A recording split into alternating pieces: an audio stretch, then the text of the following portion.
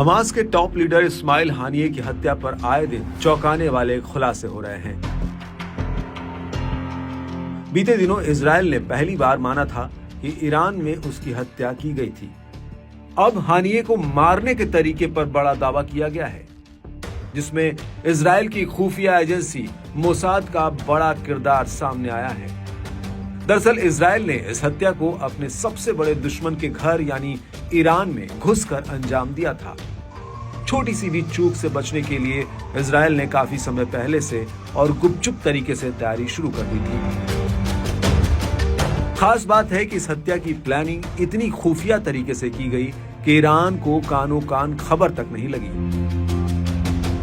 दावा किया जाता है कि ईरान ने इस तरह के हमले के बारे में सपने में भी नहीं सोचा था। यही वजह है कि इजरायली कबूलनामे से ऐन पहले तक ईरान के हाथ कोई भी ठोस सबूत नहीं लग पाया। बता दें कि इस्माइल हानिये इजराइल के लिए मोस्ट वांटेड लिस्ट में सबसे ऊपर था, इसलिए वो कभी खुलकर सामने नहीं आता था। ईरान ने भी हानिये को तेहरान के सबसे महफूज इलाके में शरण दे रखी थी। बावजूद इसके इजराइल ने अपने ताकत का लोहा मनवाते हुए हमास चीफ को मार गिराया, जिसकी ईरान को भनक तक नहीं लग पाई। हानिये के मारे जाने के बाद से ही हमास की कमर टूटनी शुरू हो गई थी। इस बीच इजरायली मीडिया आउटलेट चैनल 12 की माने तो हानिये की हत्या के लिए योजना में एक अंदर के सहयोगी ने मोसाद का साथ दिया। हत्या को अंजाम देने के दौरान एक वक्त ऐसा भी आया जब इजरायली खुफिया एजेंसी के हाथ पांव तक फूल गए थे। दरअसल हानिये के कमरे का अचानक एसी खराब होने से इजरायली प्लान का मिट्टी पलीत हो सकता था। बात 31 जुलाई साल 2024 की है।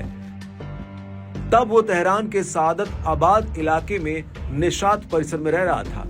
इस कॉम्प्लेक्स में हाई रैंक वाले ईरानी अधिकारी और IRGC सदस्य रहते हैं।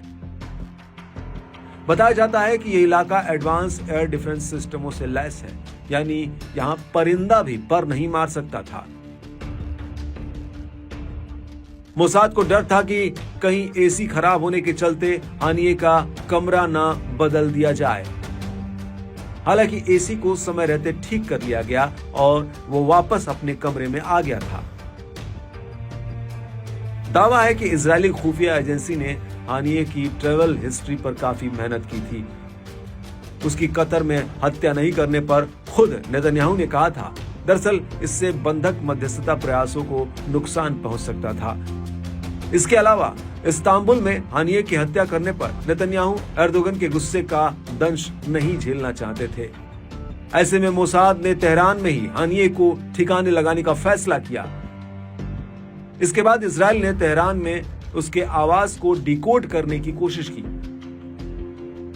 बताया जाता है कि हानिये को मारने के लिए मोसाद ने उसके बिस्तर के तकिए तक में बम फिट करवाया था, जिसमें जोरदार धमाका हुआ और हानिये समेत उसके पास मौजूद कई ईरानी सुरक्षा अधिकारी इसकी जद में आ गए और इजरायली धमाके के चलते मौत की नींद सो गए।